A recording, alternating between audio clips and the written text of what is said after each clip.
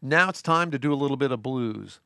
The blues is not only a very cool thing to play all by itself and to do some real nice blues progressions, but the blues is also the basis for most rock songs and rock bands that are out there. Whether it's AC/DC or Led Zeppelin or Aerosmith, a lot of the classic rock bands, they're really just sort of heavy blues bands. And of course, on the blues side, we've got more of standard blues stuff like Muddy Waters and B.B. King to a little bit more Texas guitar-centric blues like Stevie Ray Vaughan. So one thing all of those people have in common is the 12-bar blues progression. So I'm going to show you how to do that. We're going to talk a little bit about, instead of just playing one note at a time, we're going to be playing two notes at a time and moving your fingers. So watch me play this, and I'll be back to talk about it.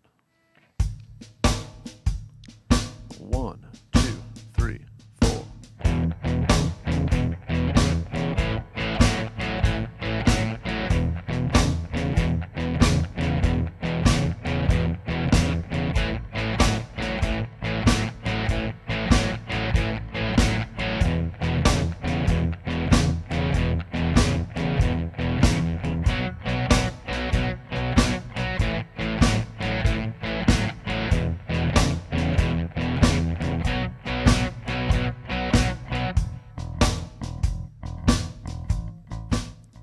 So what we have here is what we call our 12-bar blues, right? Our 12-bar blues progression. Why is it called 12-bar blues?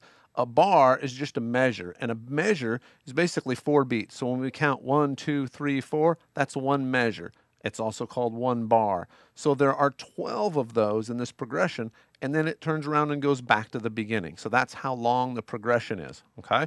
Now, what we're working on with this is actually adding an extra note or an extra string to what we're playing. So instead of playing one note, we're actually holding down our 5th string at the 2nd fret, but then we're playing both of them. So when I strum those 2 strings, you hear I'm playing both, this one and this one, but I don't want to play them one at a time.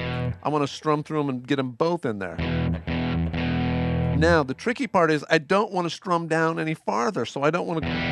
It's nasty, right? We don't want to get ugly strings in there, so we just want those 2. So you might have to practice that a little bit to where you just stop right there. Just practice doing that, stopping right there, don't go any farther. That's the sound we want. Now we're going to play it twice with my 1st finger on the 2nd fret on the 5th string. And then I use my 3rd finger to go up here to the 5th string at the 4th fret. Do the exact same thing. Right? So I'm going my 2nd fret twice, 4th fret twice. And you hear our rhythm. It's what we call a shuffle rhythm. I'm not doing it straight. Straight would be like this, where my right hand's doing this. So you hear what my right hand is doing? It's doing this. That's our shuffle.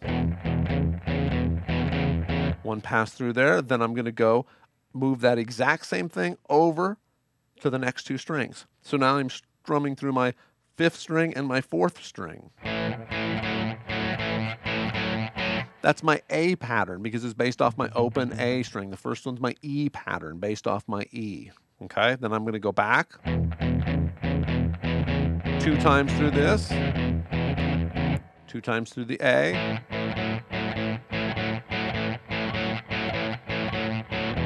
back to the E.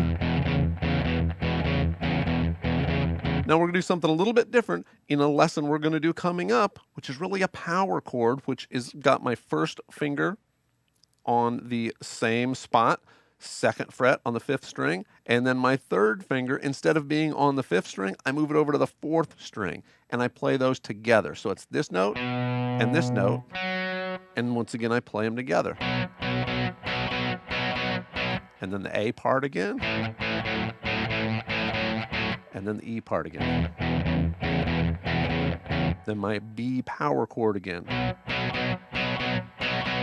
So once again, you may have a little trouble playing and not hitting extra strings down here, but keep practicing on that. Just work on that. Try to be really clean with it.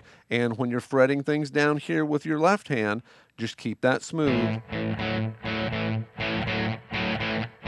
Because once you get that down, then we can add a lot of other cool things.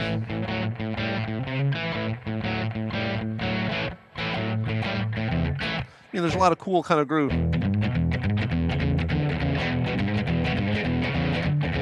Really based on the same technique. So always start simple, and then gradually you can throw some other things in there and spice it up a little bit.